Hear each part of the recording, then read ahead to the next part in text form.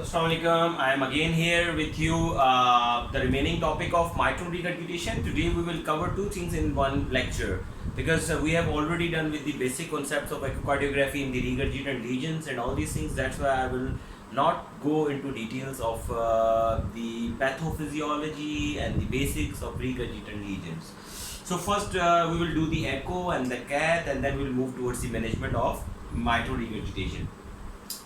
So the thing which we are going to here is actually most of the time we will be discussing the primary MR, because the acute MR has very less likely to do with the diagnosis and all these things, because acute MR all the time would be obvious one, secondary to ischemia or infective endocarditis or anything, and in acute MR patient will not give you time for all these investigations and the management. In those patients you have to directly decrease the afterload, you have to just put the IABP on those patients and make them diuresis, and after stabilization you have to shift those patients towards the OR or OT. But the things which we are going to discuss here on the previous lecture of MR, those are most of the time the things are related with mitral regurgitation, the primary MR or the chronic MR.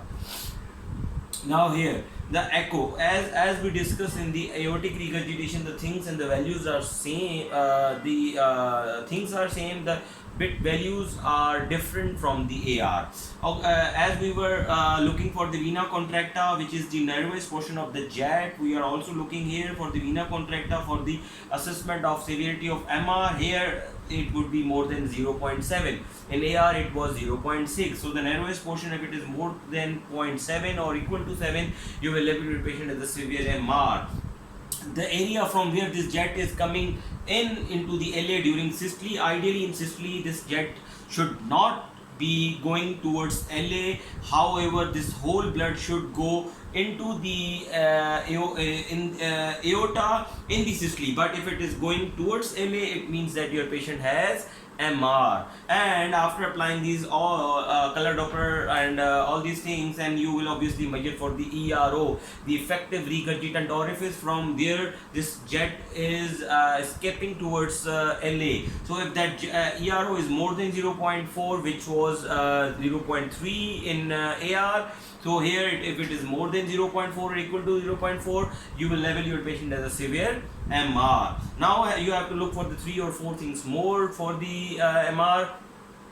One is the jet area. If your jet has been covered the 40% of area of left atrium, it means that MR is severe one. Or if this jet is not covering the 40%, but if it is touching the posterior wall of the LA, or it is going towards the pulmonary veins into the systole, it means that your patient has severe MR, and your patient would go into the acute pulmonary edema, second route, that MR. So the 40% of the LA, posterior wall or the pulmonary veins, these 3 things are for the jet area. For the MR, which was around 50% or 60% of the LVOT area in AR. Now here is the, as I told you, systolic flow reversal, which we were looking for the diastolic flow reversal in the aorta. Then the same kind of situation you have to look for the systolic flow reversal in pulmonary veins, because you know that in the pulmonary veins there should not be systolic flow reversal in the systole. So if it is there, it means that your patient has MR. Now 2 more things are there. One is the regurgitant volume. This is same as it was in AR. If it is more than 60 ml, it means that your patient is severe MR. And number 2 is regurgitant fraction. As I told you, as I made you guys clear about this regurgitant fraction in the previous lecture, so I would suggest you go and listen the AR and about the regurgitant fraction. I will not go into the detail about the regurgitant fraction. Just keep remember in your mind that if the regurgitant fraction is more than 50%, so it means that your patient has the severe MR. So these are the values which are actually for the severity of the MR. Now one thing I want to make you clear, guys, that for the severity of the MR you can go for the transesophageal echocardiography. This is a regurgitant lesion for which you have to prescribe the transesophageal echocardiography if you are very uncertain about the severity of MR. Why? The reason is that this is the chest wall, though it is not like this in the real scenario. I am just drawn a figure for you guys to make you understand that why we do the esophageal echocardiography in the MR. So look that there. This is the chest, and in the chest, the most nearest structure are the structure of the right heart. The structure which are away from the chest which are more posterior of our left heart, in which the LA is mostly posterior and touching to the esophagus. So those jets who are posteriorly directed, like who are away from this chest and are posteriorly directed, so they cannot be estimated from the chest.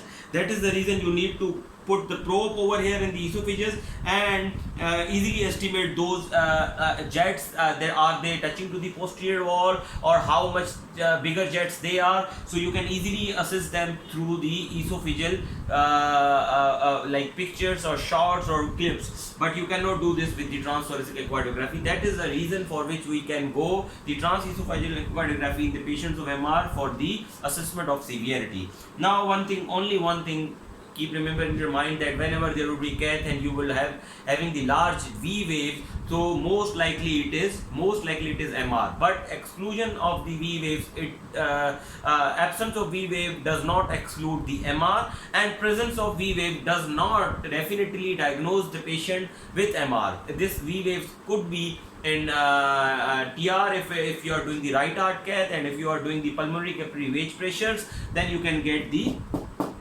large V wave. So I would suggest you that go and watch the lecture of that right heart cath for this detailed things, because I don't want to make you confused here. I just want to make it short. So now the management, as you know that the MR is the regurgitant lesion, so if you will decrease the afterload here, so LV easily sends blood to the aorta, not LA, so you have to decrease the afterload. SM is in the AR, so if you will not increase the afterload, what would happen, that aorta will remain closed, having high pressure, so LV easily send blood to LA, because LA has a less pressure and valves are not patent. They are the sick valves. So due to the sickness, due to the less patency of the valves, LV will be easily sending blood to the LA rather aorta if the patient has increased afterload. So you have to decrease afterload, and the best things to decrease the afterload are, number one is ACE, or number two is ARB, and you can give nitrates and hydrazine as well, because those are the venodilators and the arteriodilators. Now the important thing is the diuretics. If your patient is in the if you want to decrease the preload, so you can give diuretics, but the definitive treatment of primary MER is nothing nonetheless but MVR. So when to do, how to do, the number which we drawn in the AR was 50-50, but here the number is 60-40, though the 40 has been omitted in the recent guidelines of 2020, but you have to keep remember this number, because most of the time your examiner will be remembering that number, and might he would ask you about that number, or might he would ask the tricky questions about that number. So number one is, first we will go through this and then I will explain that number. As you know that with symptom and the severe MR, or no doubt what to do, just go straight forward with the surgery. So now it depends upon that, is your patient has the MR and is it repairable or not. If it is repairable and your center where you are going to do this repair surgery is an excellent center for the valvular abnormalities or the repairment, then you can go, it is class 1 to go for the repairment. Otherwise you can go for the MVR.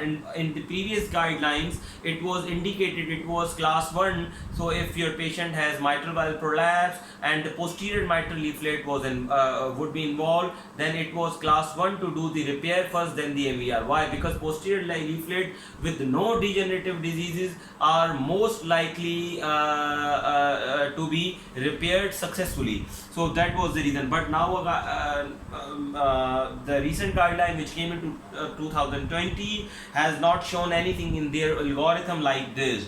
So so it is not recommendation right now, but you have to keep one thing in your mind, that if your patient has the repairable valves and there is no degenerative disease and and it can be repaired successfully in the excellent center. So it is better to go for the repairment rather mitral valve replacement, because mitral valve replacement has an other its own consequences if you are putting especially the mechanical valve. So the number one is that if your patient is symptomatic, it is class 1 to do the MVR. If your patient is high probative risk, high risk or the probative risk, we have already discussed this high risk, high surgical risk and the probative risk in the lectures of the AS when we were doing the TAVR and all these things. So I will suggest you guys go and watch that lecture. Now come to the that if your patient is high risk and you cannot go for the MVR, then you have to see the suitability for the, excuse me, I have a flu actually. Okay, so the trans catheter, possibility of trans catheter, and their life expectancy should be more than 1 year. If the life expectancy is less than 1 year and your patient is not suitable, or if your expectancy is less than 1 year and your patient is suitable and having this high risk or probative risk or the MVR, then you will not go for the age to age repair in those patients. The age to age repair is class 2A on those patients who have a life expectancy of more than 1 year with transcatheter suitability for the repair. Okay, if your patient has less than ejection fraction 60%, so obviously it becomes the stage C2, and C2 is, you know, that it's a class 1 again for MVR. Okay, for MVR. Now come to the normal ejection fraction, which is more challenging. If your patient has normal ejection fraction,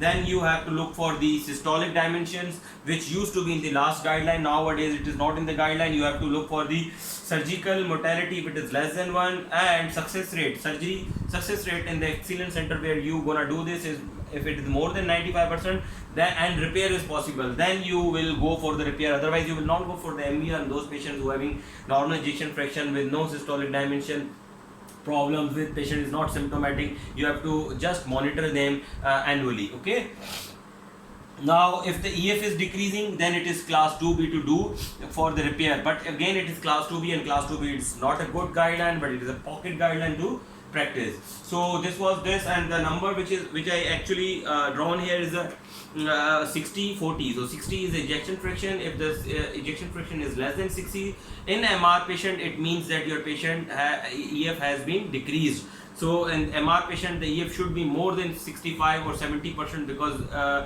if your patient has the less than 60% ejection fraction, that ejection fraction would be known as pseudo normal ejection fraction, because the ejection fraction in MR, 60% ejection fraction would be counted as the normal if it would be more than 60%. Otherwise, the less than 60% would not be counted as a normal one. Reason is that because you are sending blood more towards the LA rather LV aorta. So when that blood come back to the LV, it would be counted as a diastolic volume, and that diastolic volume which would be falsely present because of the MR will give you the false ejection fraction.